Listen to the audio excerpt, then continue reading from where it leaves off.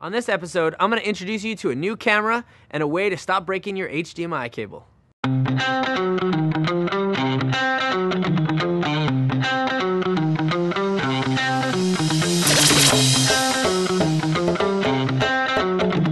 I'm your host, Adam Nelson, and today on the Out of Focus show, I get close to Joe Rubinstein, the co-creator of the Digital Bolex D16 Camera. One thing that is really exciting is seeing filmmakers make products for filmmakers. They're pinpointing it and bringing us exactly what we need. Let's go check out the interview. I'm here with Joe Rubinstein, the co-creator of the Digital D16 Bolex camera. This is one piece of innovation I've been waiting for a long time. How'd this come about? I used to own a photo booth company, and I wanted to create a video booth. And I said, okay, what do I need? We made custom hardware and custom software for the photo booth company. I said, what do I need to turn this into a video booth? And I said, okay, well, I still want to shoot RAW files, so I need a camera that shoots 24 RAW files a second for under $10,000. And it just didn't exist.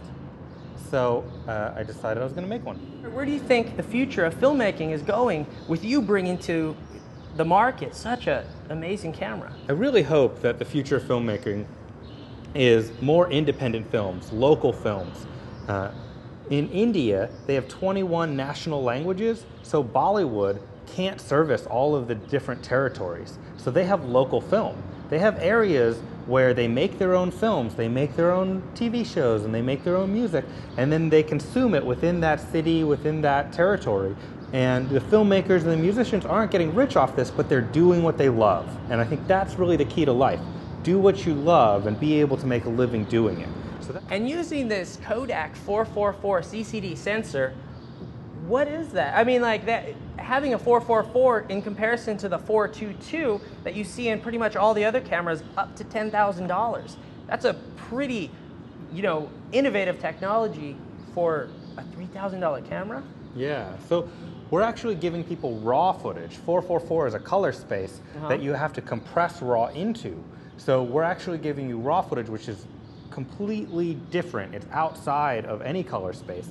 And you get to pick which color space it's going to go into. We like the 444 one because it gives you the most room to play with the footage once you get it in the computer. What mounts were you thinking of when you were building this camera? I mean, lenses are like a fetish of mine almost.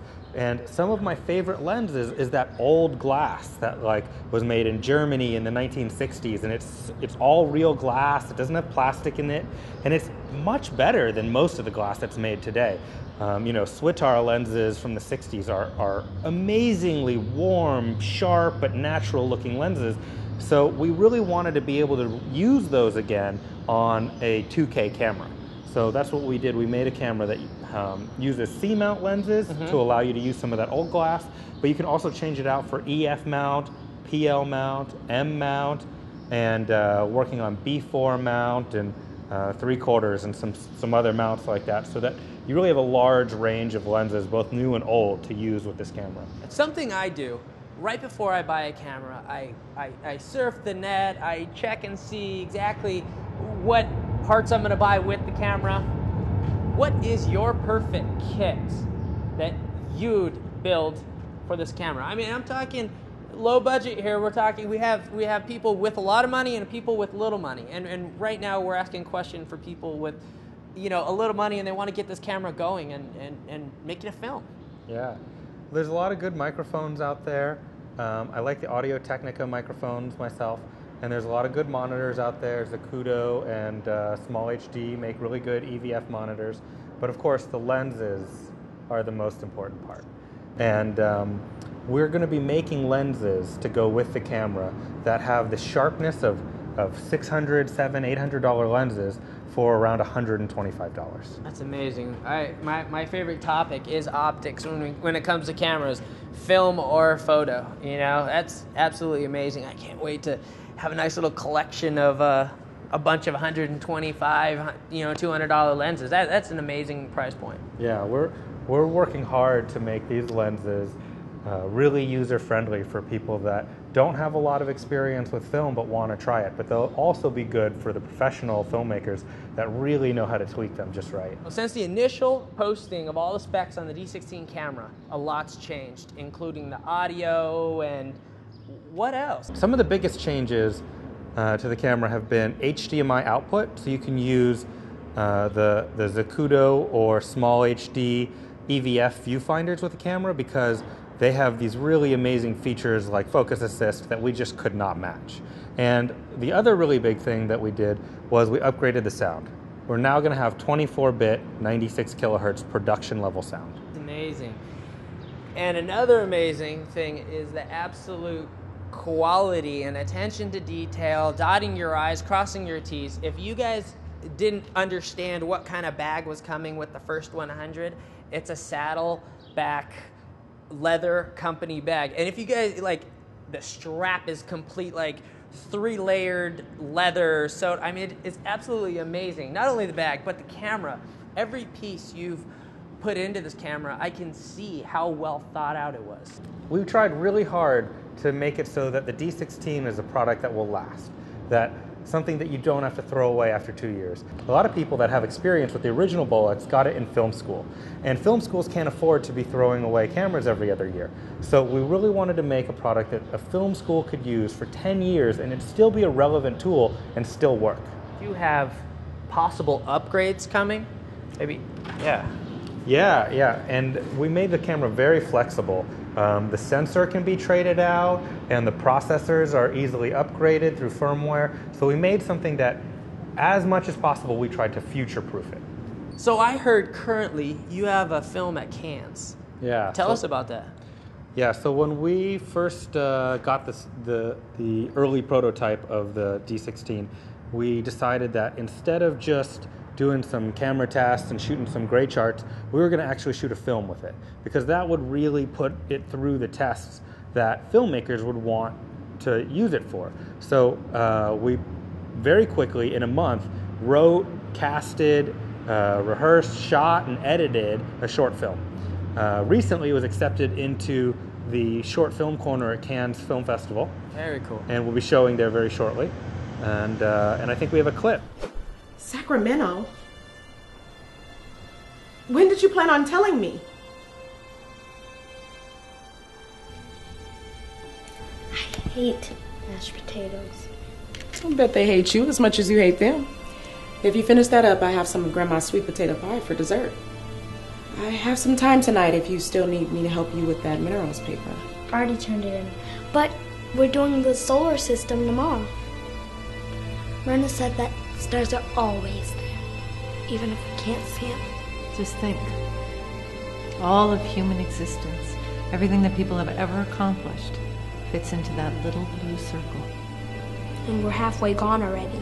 Destiny, whether you're feeling happy or sad or annoyed, the only place you can have those feelings is right here. And right here. So the first 100 D16 cameras have been purchased through Kickstarter. When should the next rollout of the D16, when's that actually going to happen? So we're going to release the cameras sometime in August, the first 100, and then sometime in September we'll do another pre-sale, probably through our website. Mm-hmm. And we're not going to be pre-selling a lot of cameras again. Mm-hmm. We're going to be pre-selling maybe 100, 200, or 300 cameras. So what Joe's saying, it's $99 to approximately about $299 because I've already reserved one. And so if you want one, be watching out for it. We'll have an announcement about it and jump on it because we think they'll sell out fast. I know they're going to sell out. I wasn't able to get a hold of a D16 Digital Bolex because it's still in production. But I had Elle Schneider take us around the demo unit and show us some of the new features we should expect from the shipping units. Well, this is our CNC model. So this is the first approximation that we did of where all the ports will go, how the electronics will actually fit inside the box that is the body. This part is the actual shape of the Bolex. We'll have a different pistol grip that's more centered. There's some things that don't exist on this model that will exist on the actual product. So on this side we have 3 XLRs. We have 2 balanced audio XLRs, and we have one 4-pin 12-volt power XLR, so that you can put this on a battery belt and just hook into all sorts of cool battery systems. We have a headphone jack and a video out jack, and what's not here is the mini HDMI, so that you can get a 1920 by 1080 monitor out that lets you use EVFs like the Zacuto or SmallHD. We're going to make an HD SDI unit, which will essentially sit at the bottom. It'll just be a little box that sits on the bottom of the camera, and it'll screw in with the tripod mounts, which are not here right now, but will be on the actual camera. And the pistol grip will actually be screw into the tripod mount as well, so very easily removable. A lot of people have asked us whether the handle is removable. Yes, it's very removable. We want you to be able to use this on any rig that you want to. What else is on here? I mean, we have the two hot shoes. We have a top hot shoe and a side hot shoe that allows you, again, you can put a monitor up here and a mic here. You could put a monitor here and, I don't know, a light here if you had like a little light panel type of thing. This top part is a viewfinder, but it's also the menu, and you control what's on the menu with these buttons here. And then on this side will be the crank. And the crank is programmable through the menu, and you could set it to be FPS and other basically adjustments that can be made through the menu. Awesome. So you said FPS, so we're talking about frames per second. Yes. This camera, what are the frames per second that it'll shoot? The old Bolex, you were able to roll it slower to capture, I guess that would be considered high speed, capturing slower frame rates. And what will this camera be able to do? Well, at full HD, we'll be able to do up to 32 frames per second. So we're going to have the ability to choose what frame rate you're shooting at from essentially 0 to 32, and there will also be time-lapse mode so that you can go less than 0. Okay. But it will also have a free-run mode that you can hook up on the crank so that it will only record as fast as you are turning the crank. Wow, that's pretty impressive. Yeah, it'll allow you to create some kind of cool, weird, jerky effects, and that's really what we want to do is just, you know, add some functionality to this camera that's a little creative, a little weird, so that people can experiment with it and just play around. Absolutely. There's one thing I hate more than a CF card full of corrupt files, and that's a broken HDMI cable. SmallHD has brought us a very simple, practical way of solving this problem. It's a little plastic piece that snaps on the side of your DSLR camera and protects that small HDMI cable. With the SmallHD HDMI protector, it's really sleek and it blends in quite well with your camera. I was even able to attach it with my Zacuto Z Finder bracket attached. I was pretty excited about this because those are two pieces that I really don't take off my camera at all. This HDMI protector is unbelievably engineered. It only takes a little bit of plastic to protect your HDMI cable from breakage. Once you're able to remove your plastic weather guard, it's a clear shot right to your mini HDMI. Grab your cable, insert it into your camera, and you're pretty much good to go at this point. After you get your HDMI cable in, shut the little plastic trap door, and it'll clip right into place. From there, you could go ahead and dangle your camera. I wouldn't recommend this, but I did it just for demonstration purposes.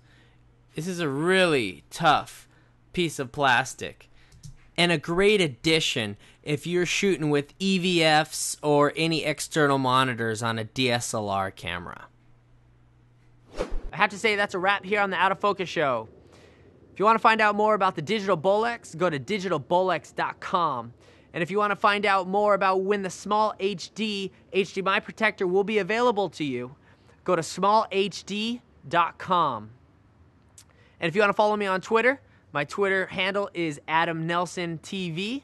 And please subscribe to our show because we're making this show only for you, filmmakers, to filmmakers. So please support us, and we'll catch you next episode.